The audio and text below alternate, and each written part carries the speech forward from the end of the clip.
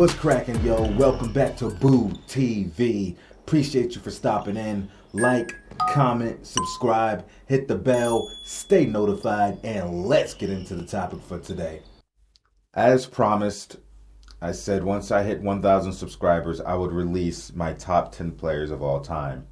And while I thought I didn't need to think about it much, as I started putting together these rankings, I found it to be extremely difficult and found myself moving players up and down. I tried my best to be completely unbiased as much as I possibly could and really try to weigh things from as many angles as I possibly could. I started finding myself in debates with players where I would say, well, I think this guy was clearly the better basketball player, but this guy was still a great player, not as good as this guy. But when you look at what he was able to accomplish in his career, this guy had a better career with better accolades. And I didn't want this to turn into a better player versus who had the better career, because I almost felt like I would be copping out of the greatest top 10 players of all time. So I had to try to find as much of a balance between purely what you are individually and the team's success. I always thought the debate for the greatest of all time, or even ranking 10 of the greatest players of all time, is always a very nuanced process. I don't think the answer is ever black and white. I just want to say that players have to get ranked, right? So while there may be a player that's high on the list, and there may be a player that's low on the list, it does not mean that there's a whole bunch of separation between player A and player B. The majority of the players on my top 10 list each have an argument to be the greatest of all time and to occupy that number one space. It really comes down to the details when parsing these players against each other. So as you can see, I'm not doing one video where I just go through all 10 players. I'm going to release a video for each player with their ranking and a explanation as to why I ranked this player where I did. And there's going to be a playlist specifically for that, and you can find the link to that playlist in the description of each of these videos. With that being said, let's get into the player for today. Running down our top 10 list, well rather my top 10 list so far, we have number 10, Shaquille O'Neal. Number 9, Tim Duncan. Number 8, Wilt Chamberlain. Number 7, Bill Russell. Number 6, Magic Earvin Johnson. Number 5, Kareem Abdul-Jabbar. And clocking in at number 4 is none other than the kid from Akron, LeBron James. Yes, I got LeBron James as number 4. I don't know how many hardcore LeBron fans we have on this channel. Probably none. Probably no Bronsexuals, because they don't like to hear the truth. But this isn't about them. LeBron James. Some people might not like it. They don't believe he's anything other than 1 or 2. But here we are, my number 4 player of all time, all right? LeBron James plays shooting for, actually, I was about to say played because I'm so used to saying played with this list. LeBron James is the only active player in my top 10 list. So shout out to LeBron James for still going hard. You know what I mean? LeBron James is arguably the greatest small forward of all time. And according to many, they believe he is the greatest small forward of all time. But one thing you can't deny is that LeBron James is one of the greatest small forwards of all time. LeBron James is about 6'8", 250 pounds. Came straight out of high school, St. Vincent St. Mary's out there in Akron, Ohio. Drafted in the year 2003, first round, first overall pick, selected by the Cleveland Cavaliers, all right? Bron had 2 stints with the Cavaliers. Sandwiched in between that is a stint with the Miami Heat, and now he currently plays for the Los Angeles Lakers. 11 total seasons with Cleveland, 4 seasons with Miami, and is now on his 5th season with the Lakers, and is now in his 20th year of his career. LeBron James has broken a lot of records in his career. He is what you would call a stat sheet stuffer. For his entire career, he has more or less monopolized the ball.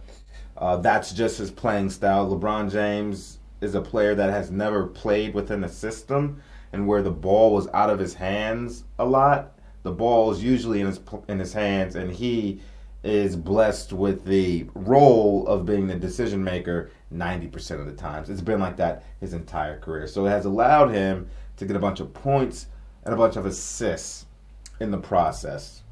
Going down his career highlights, accolades, awards, and it's a long list. Just to name a few, LeBron James is a four-time NBA champion, twice with the Miami Heat, once with the Cleveland Cavaliers, and once with the Los Angeles Lakers. Well, four-time NBA champion. I meant to say 3.5-time NBA champion. Wink, wink. I'm just kidding. I'm just kidding. That bubble chip counts as one, not half a championship. I had to say it.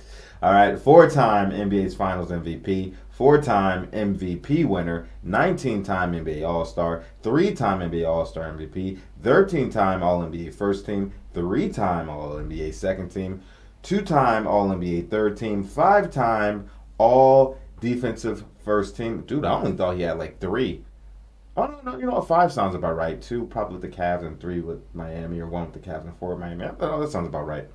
All NBA Defensive Second Team, NBA Rookie of the Year, All NBA Rookie Team, NBA Scoring Champion once, NBA Assist Leader once, is a member of the 75th Anniversary Team, and he just recently became, this year, 2023, the leader in NBA history for most total points accrued through his NBA career, surpassing none other than Kareem Abdul-Jabbar. I really don't even know where to start with my LeBron James critique, man. I'll start with this. In LeBron's early years, I wasn't a fan of LeBron James, the player, and I was younger, but I was a Kobe Bryant fan. And anybody that was considered Kobe's rival or a challenge to him being the best player in the league or the best wing in the league, however you want to look at it, I didn't like those players. I didn't like Allen Iverson growing up. I didn't like Vince Carter growing up. I didn't like Tracy McGrady growing up. I didn't like Paul Pierce growing up. Didn't like LeBron that much. All these players because I felt like they were the enemy. But, as these players age and they get longer into their career, their accomplishments start stacking up, and you get nothing but love for him, admiration for him. And you respect their career. Now these players I mentioned, the T-Macs, the Iversons, the Vince Carters, the Paul Pierces, I love these players with all my heart. You would think that they were one of my favorite players during the time they were playing in their prime, but they weren't. But I always respected their game because I knew how much of a bad man those guys were. But now, how I talk about them glowingly, you would think I've always felt that way. But nah, they was rivals. I couldn't roll with them like that. And LeBron, my respect, as he got longer into his career, my respect grew and grew and grew for LeBron James. Let's talk about the king. Psych. I would never call him the king. Never. I will never call a man the king. I will never call another man the king. No. Nobody's my king. I'm my own king. All right. So, LeBron the player. When LeBron James came in to the league, he was awarded his own team, right? He came in, the squad had like who? Darius Miles, I think Ricky Davis was on that squad. I think Zydrunas Ilgauskas was on the squad when he arrived. Not completely sure, but they had a bunch of young talent. LeBron came in, rookie year, averaging 20 points per game, almost 6 assists, 5.5 rebounds. Was getting 39.5 minutes per game. Was shooting about 41% from the field. He was raw. He was young. About 29% from three-point land. Three-pointers weren't emphasized as much back then. I know that. But he ran away with the Rookie of the Year. Now, to this day, I still think that Rookie of the Year award should have went to Carmelo Anthony. Overall, Melo's stats were comparable and arguably better than LeBron's. And Melo made the playoffs and LeBron didn't. But they knew the fix was in for Bron. So I still think Melo should have won that Rookie of the Year. You can go look at the numbers and the fact that Melo took that team to the playoffs. Say what you want. And in the Western Conference at that. And but LeBron James has really developed over the years. By his second year, he was already averaging 27 points per game and his name was starting to be mentioned as one of the better players in the league. By his third year in the league, he was averaging over 30 points per game, 6.5 assists, 7.5 rebounds, and he was consistently being mentioned as one of the better players in the league and constantly being compared to Kobe Bryant at the same time. LeBron failed to make the playoffs his first 2 seasons with the Cleveland Cavaliers, narrowly missing the playoffs. I think in his second year he narrowly missed it. Can't remember if he narrowly missed it in the first year, but his third year he finally made the playoffs. LeBron James, the player, I'll get back to the team stuff. LeBron James, the player. We have never seen a player with the body and physique and abilities all in one quite like LeBron James. A lot of people always say he's a mix of Magic and Michael. I mean, yeah, a mix of Magic Johnson and Michael Jordan. But I disagree. If you're going to call somebody a mix of a player, it has to be something that they portray with them consistently, right? I don't think he does anything consistently that reminds me of Michael Jordan outside of the fact that they were supremely athletic and jumping high, dunking the ball, those kinds of things. But outside of that, LeBron doesn't really do anything consistently that really reminds me of Michael Jordan. I think they were looking at it from a scoring perspective because he can score, but he doesn't score like Mike, and he doesn't score in the same ways that Michael Jordan scores. They don't look the same when they score the basketball. So when I look at LeBron James, I see more of a mix of Magic Johnson, but not nearly as good the passer Magic Johnson was. Don't get me wrong. Not even on the same playing field as Magic Johnson passing the basketball. But a mix of Magic, a mix of Karl Malone, and then maybe some Dominique Wilkins in there. That's what I see when I see LeBron James. Not quite as big as Karl Malone, but still big guy. And comparable athletic ability to Dominique Wilkins. But Dominique threw down, his dunks were more thunderous. LeBron James' physique is incredible. I knew early in his year that he was going to have a long-lasting career barring any injuries. Like everybody was surprised, they expected him to slow down. I was like, no, I don't think this guy's slowing down. Because even if you look at the rate of decline, if you look where LeBron's athleticism was compared to the average player and how their decline is and where their athletic ability is later in their career, my logic was, well, LeBron's athleticism is way up here, so by the time LeBron declines, he'll be where most of these other players are, somewhere in their prime athletically. And am I wrong? Am I wrong? No, I was absolutely right. I feel like a genius about that. I call that in the early 2000s, by the way. So this none of this longevity stuff surprises me. I saw it happen, and barring any catastrophic injuries. But kudos to LeBron James for taking supreme care of his body. And he was gifted with a great body. He still put work and effort into building it, paying attention to the details, allowing him to play as long as he's playing now, and still being able to perform at a high level. We've never seen a player in the history of the league play at this level for this long, due in part to his longevity and his body not breaking down on him like it does for practically every other player that we've ever seen make it this far in their career. LeBron James, like I said, is the all-time scoring leader, but I don't consider him one of the better scorers in the league. As when I really start breaking it down and looking into it, but he can put the ball in the basket one way or another, right? He's not a supreme threat from the majority of the areas around the court. Most of LeBron James' scoring throughout his career came from inside the paint. If you look at a shot chart, you'll see the disparity between his points in the paint and his shooting percentage. And the farther you get away from the basket, his shooting percentages, as they should, dip, but he's not consistent in the mid-range and long-range jump shot. But inside the paint, where he wreaks most of his havoc, he's completely unstoppable. And he's most unstoppable in the fast break with a head full of steam. There's nothing you can do to stop that guy, especially when he starts dipping his shoulder a little bit and he uses that forearm a little bit. You can't stop him. He's going to dunk the ball. He's going to finish the ball, and you got to foul him hard because more than likely he's going to convert. He's going to convert.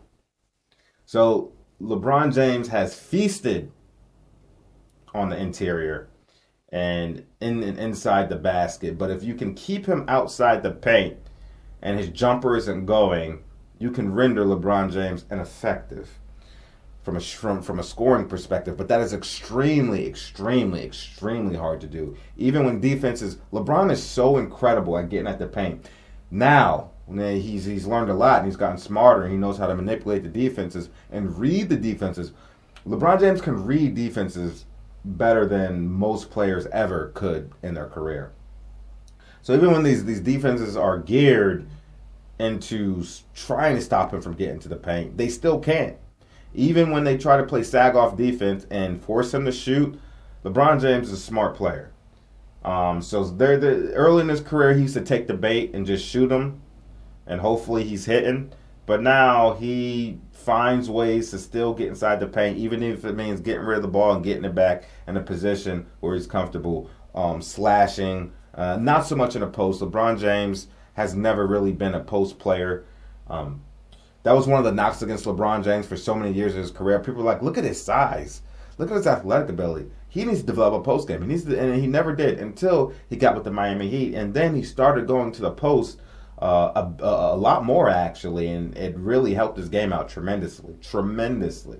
And when he got back to the Cleveland Cavaliers and out the Lakers, he doesn't go back to the post so much anymore. It's a lot of face-up shooting, three-point shots. But that's the way that the league has trended now. Aside from LeBron James' scoring abilities and his physique, he's good. He's good for 6 to 10 rebounds a game any given night. LeBron James has a great ability to pass the basketball. I've never thought of LeBron James as the most amazing stylistic passer. Like I'll see people throw more amazing passes that'll make you go, "Did you see that? Did you see that? Did you see that? Did you see that?" Oh, woo.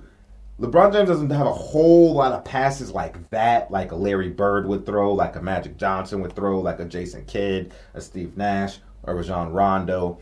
LeBron kind of borders somewhere in between. He has fancy passes at times. He does. But he's somewhere in between that and a John Stockton, right? Just making the simple pass, the bounce pass, the chest pass. He be getting off with some no looks. He's had some incredible passes in his career, don't get me wrong. But it didn't happen with that much regularity. But the fact of the matter is, he could get the ball. He could get the ball to the player. And as a guy that's always been the system of every team he's been on, he has plenty of opportunity to make that pass. And generally, LeBron James is a pretty damn good decision maker when it comes to the basketball. Like, I feel comfortable under most situations with LeBron James having the basketball in his hand. Most situations, most. I will say this, just to get back to his scoring, that I will give LeBron credit for this. His jump shot has definitely improved from the point he came into the league to where he's at now. His jump shot has improved tremendously. He used to be super sus on the jump shot earlier in his career, but now, he's admirable. He's admirable now. When you look at his long-range jumper and his mid-range jumper, he's admirable. But he used to be sus. And if you actually look at his game, he's changed his shooting form. Look at his shooting form in his rookie year and look at his shooting form now. They are completely different. So kudos to LeBron James. He's a gym rat. LeBron James is undoubtedly a gym rat. The weights and getting in the gym and trying to alter and perfect this game. Is he the most skilled player that we've ever seen? No. LeBron James doesn't have the best footwork. LeBron James doesn't have the best move set in the post, things like that, contorting his body, doesn't have the best ball handling in the world. Like comparing him to a Kobe Bryant or a Michael Jordan, he's not even close to their level as far as skills go, skills, things like that. But he's extremely talented, has great floor vision, and is unstoppable getting to the basket and scoring the basketball, and has a very high basketball IQ where he doesn't need to have, he's still extremely effective given his career without having all those skills and intangibles that these other players have. LeBron James is truly one of the most gifted players I've ever seen grace the basketball court. He really is. He is. He is. He is. Now getting into defense, LeBron James has made All NBA defensive first team, like I said, 5 times. Starting, I think, his last 1 or 2 years with the Cleveland Cavaliers and then running into Miami. But after the Miami stint, he had made another All NBA defensive team. I feel like LeBron James should have made more All defensive teams. But I'm gonna just be honest, call it how it is. His first stint with the Cavaliers up until that 2009 where he finally got it, the dude just really didn't. He didn't have great defense. He didn't have great defensive intangibles. Really didn't look to play defense hard. But it wasn't until he got with Kobe Bryant in the Olympics and he saw the defensive intensity and how Kobe Bryant took the leadership role on defense. Is after that the preliminaries in 2008 or whatever they're called is when LeBron James started turning up his defense because he got to look into Kobe Bryant's mindset and got to look into his world. And then LeBron James started ramping it up on defense. It helped push him. Because he saw the hunger that he was going to need to have to be able to really be compared to the greats and have his name plastered and brought up with these other great players in the history of the league. But during LeBron's All-NBA defensive selection 5 years, he was a beast defensively. His body, his speed, his athleticism allowed him to do things consistently that we haven't seen a lot of players do. You know, the chase down blocks. He wasn't the creator of that, but he started doing it so consistently that he more or less made it his staple on defense. You know what I mean? Like a player would be at the. I was like the players past half court. LeBron James is under the basket. And I'm watching the game. I was like, ain't no way in hell he catching this guy. I'll blink my eyes twice. 1, 2. Next thing I know, LeBron James is plastering that ball against the backboard. And I'm like, how? How? Oh.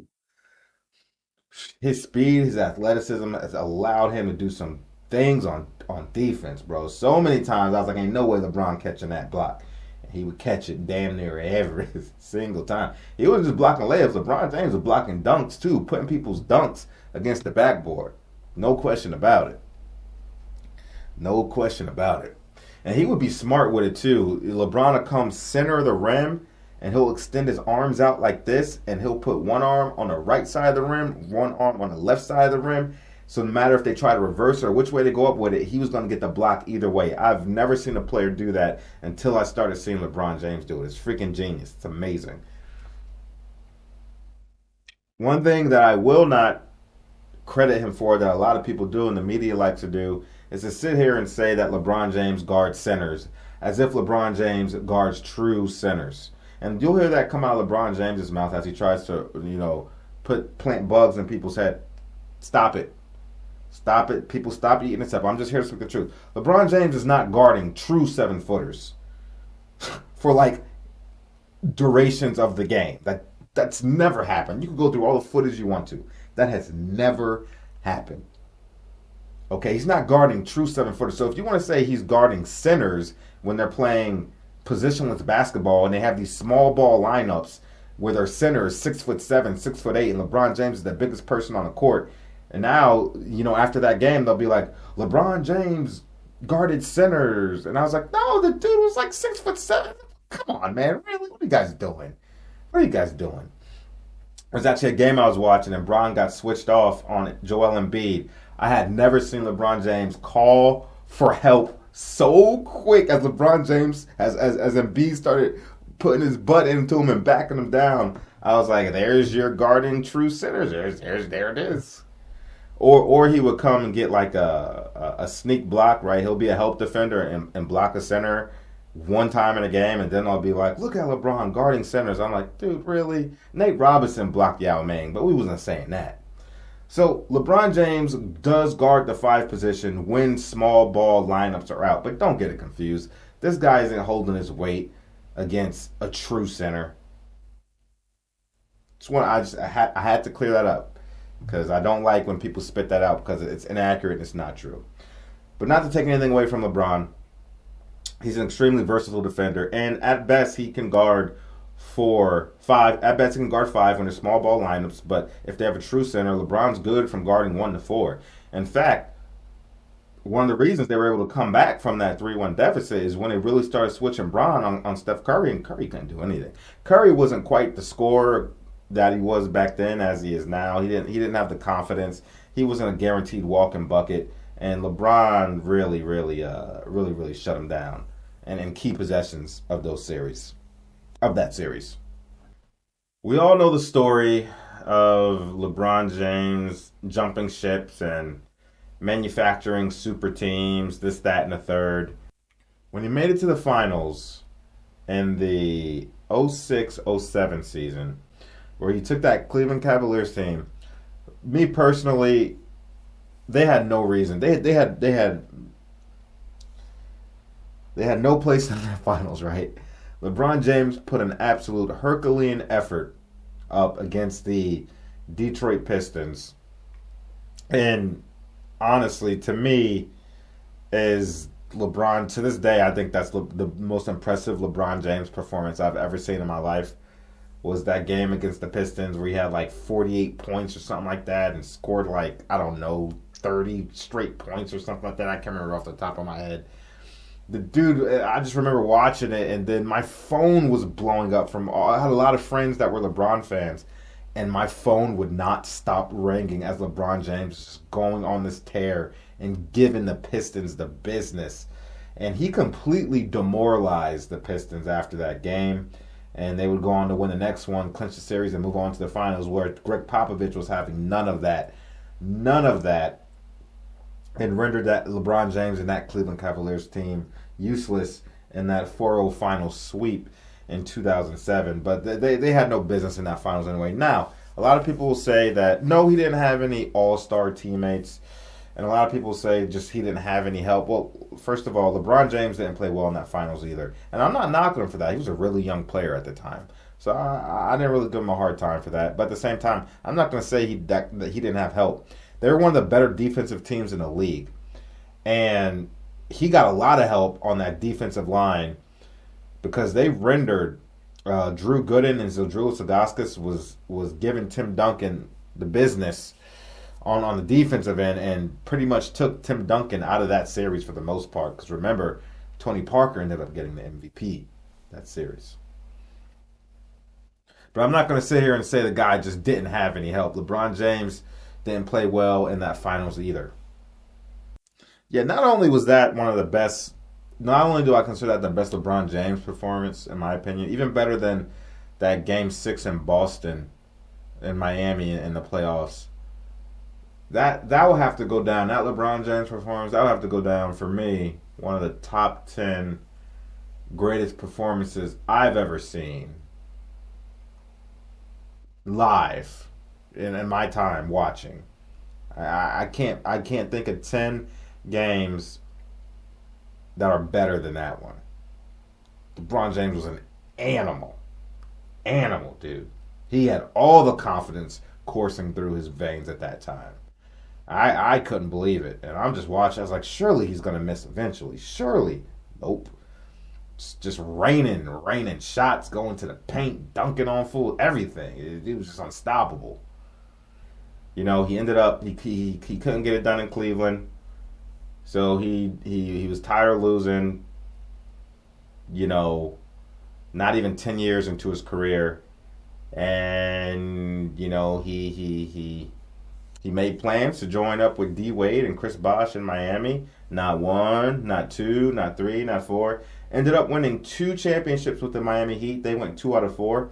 I still think that they underachieved, especially I'm sure they underachieved by their standards because they thought that the game was going to be just so much easier for him, which it really should have been. And and they really just thought they were going to wipe through the league for eternity. And they got a rude awakening when they ran into the Dallas Mavericks with one All-Star and Dirk Nowitzki, and Dirk and them boys gave him the business. And, LeBron had an abysmal finals appearance. You look at the numbers, they're actually admirable. His overall numbers were admirable in that Dallas series. But if you watch the game, that's why I always tell people, screw the numbers, watch the game. If you watch the game, you can see LeBron James in many ways was checked out, especially in the fourth quarter. He was, forget checked out, he never checked into the fourth quarter to check out of the fourth quarter. That's how absent he was. So that's why I said, screw the numbers, man. The numbers don't tell you the whole story. They don't. You got to watch the game. You got to feel it. You got to watch. You got to see what's going on. But the Miami Heat came back the next year against a young OKC team. They beat them, came back, won against the San Antonio Spurs the following year.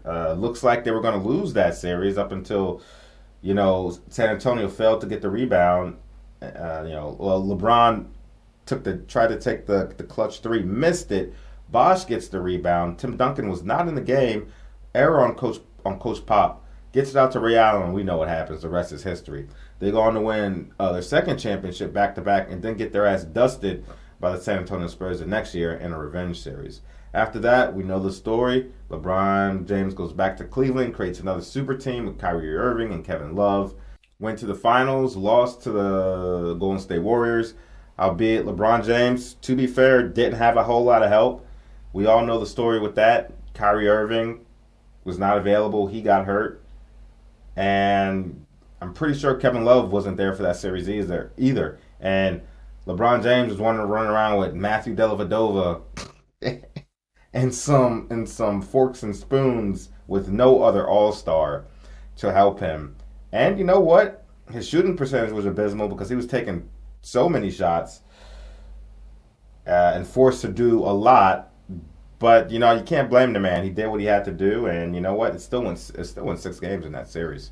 I actually felt bad for LeBron in that series. After it was all said and done, I felt bad for him. I was like, the dude literally tried his best with what he had. Like, he tried his best, and he took his 6 games. I mean, I took my hat off to LeBron in that series.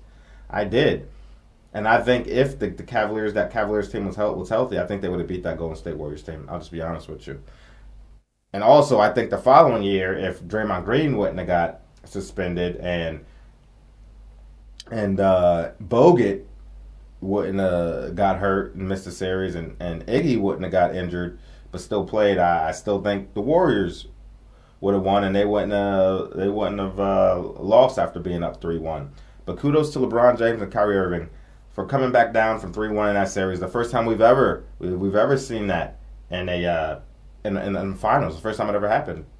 So arguably one of the greatest, the greatest comeback in NBA Finals history, sparked by LeBron James, Kyrie Irving, and to a lesser degree, Kevin Love. Kevin Love was a beast, but he had to sacrifice the most on that team. He did. With that being said, LeBron James did go to 8 straight NBA Finals from 2011 to 2018, the span ranging from the Heat into the Cavaliers years. Now, we all know what happens next. He goes to the Los Angeles Lakers. At this point, he's getting into the later stages of his career, but obviously, as we know, the guy's really still performing at a high level. And this was the first time we really seen LeBron James start with a new team, and it wasn't a super team. He had all those young cats with him, right? And it was the first time LeBron James was going to the Western Conference. We've never seen him play in the tougher Western Conference before. So, long story short, they didn't make the playoffs. Yes, LeBron James did suffer a groin injury. However, he did come back. He was healthy. When he returned to the Lakers, they were still in playoff position, and he did playoff mode activated. And they proceeded to lose a bunch of games and fall out of the playoff positioning, and they missed the playoffs. The year following that, he finally got his all-star that he wanted in Anthony Davis. They were in cahoots to play with each other for a while, but they managed to get a trade done to bring Anthony Davis over to the Los Angeles Lakers. Not a super team, just AD and LeBron. And the pandemic happened. They opened up the bubble, and they proceeded to win a championship in the bubble. Now, some people will say that Anthony Davis deserved that Finals MVP. They look at his defense. They look at his overall numbers. They were superior to LeBron James. Me, I don't care either way, because I'm the type of guy, I don't read so much in the numbers.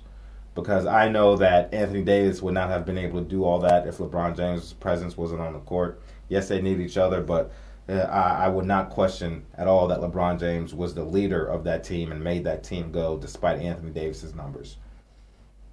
I watched every game and I've seen them by themselves, and I know who the best player and who the leader of that team was. And it was not Anthony Davis, it was LeBron James.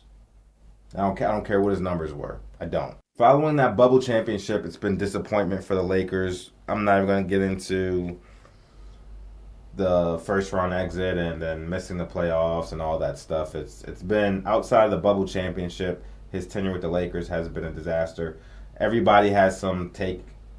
Everybody has some responsibility in why the team has been as lousy as they have been overall. But I'm not getting into that. LeBron James is still performing at a high level. Yeah, he load manages sometimes. Yeah, he's getting hurt more in his older years, but I really can't knock him too much. At some point your body is going to start failing you and giving out, but he's still, even with the games he's missing with injuries, the real injuries he's having, he's been playing phenomenally. Still, can't take that away from the guy. I think I would have LeBron James higher on my list if his individual accolades, his consistency, his sheer numbers, his abilities, what I've seen him do, his longevity, all that stuff has put him here. And with his championships and the defensive accolades that he has. But when I look at the fact that he has four championships in 20 years, or you want to say 19 until he finished 19 and a half years, 20 years, whatever. His four chips in 20 years, especially when he controlled his own destiny in a way a lot of other players did not have the ability to. And he controlled his own destiny, picked the players that he handpicked, his stars, handpicked his role players. He has been the focal point of so many trades, mid-season trades, off-season trades. I want this guy, I want this guy, I want that guy, I want this guy. And he's been able to get more or less everything he's ever wanted as far as players around him. And I just feel like he should have been able to pump out at least one more championship, given how much control he's had over the teams and his destiny. I just feel like he should have at least one more, at least five. At least five in 20 years, especially given the control you have. But when I'm comparing these players, I have to mention that I do take the longevity aspect into consideration. You cannot ignore how long a person played. But also, I take everything in context. I watch the games, I watch the stories, I know what happened, so I can apply context to the numbers and the storylines and everything that happened. But when I compare to some other players that have comparable amount of championships, but got them in less amount of years, I have to take that into consideration too. What did you accomplish? How much did you accomplish when you were in the prime of your career? How many championships did you rip off? How dominant were you? How many people did you prevent from getting championships? How many people got championships on your watch? Those kind of things. I do take that into consideration, but you got to weigh everything. The era, the content. I got to take everything into consideration. What you can do on both ends of the floor, your championships, your era, all that stuff. Even with the LeBron James records I've mentioned, he has, like I say, he has a lot more records. He's currently the only player in the NBA history with 30,000 points, 10,000 rebounds, and 10,000 assists. I don't think we're going to see anybody really touch his overall counting numbers, his total numbers for many, many, many years. And I would not be surprised in our lifetime if a lot of his total numbers go untouched. I still believe LeBron James has at least another 4 to 5 good years left playing at a all-star level. Like, his body is incredible. And now how the league has changed, it's only making it easier for him to stay on top of his game. I mean, it's a lot of small ball. LeBron James still has great athleticism, and he's still bigger than everybody on the court most games. So it's allowing him to still be more or less efficient and still be productive when it comes to the numbers, given how the NBA has changed and how it's also working in its favor. And, I'm not saying there's nothing wrong with that. Take advantage of the era that you live in, as you should. But it has to be mentioned. I tell people not to look at the numbers, don't tell everything, because take this for example. LeBron James, the Lakers version of LeBron James, nobody would argue that the Lakers version of LeBron James is better than the Miami Heat version of the LeBron James. Nobody would argue that. Nobody. But if you look at the numbers and 4 seasons with the Heat and 5 seasons with the Lakers, his numbers are better with the Lakers than they are with the Heat. With the Lakers, 27 points per game. With the Heat, or 27.3. Let's get down to the decimal point. 27.3 with the Lakers, 26.9 with the Heat. All right. He has 8 rebounds and 8 assists with the Lakers, as opposed to 6.4 and 7.6 with the Heat. And believe it or not, with the Miami Heat and the Lakers, he's averaging the same amount of blocks. And for steals, 1.7 with the Heat, 1.2 with the Los Angeles Lakers. His free throw percentage was a little better with the Heat. His field goal percentage is actually better. His basic field goal percentage is actually better with the Los Angeles Lakers. And his three-point percentage is better with the Heat. So if you look at the numbers, overall, the numbers are better with the Lakers. But nobody would argue that the Laker version of LeBron James is better than the Miami Heat version. And you can tell that by actually watching the game. And you can say, yeah, LeBron doesn't quite impact the game like he used to do. Of course, he's not the defender that he used to be. He doesn't look the same. His impact isn't the same. And that's part and due because now it's so much easier to get numbers now. As the years go by, the league is becoming easier and easier and easier to score in. The tempo is going up. The possessions are going up. So now the numbers are going up and are inflated. That also has something to do with it.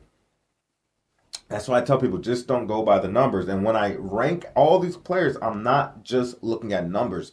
I do take numbers into consideration as well as I do everything. Everything.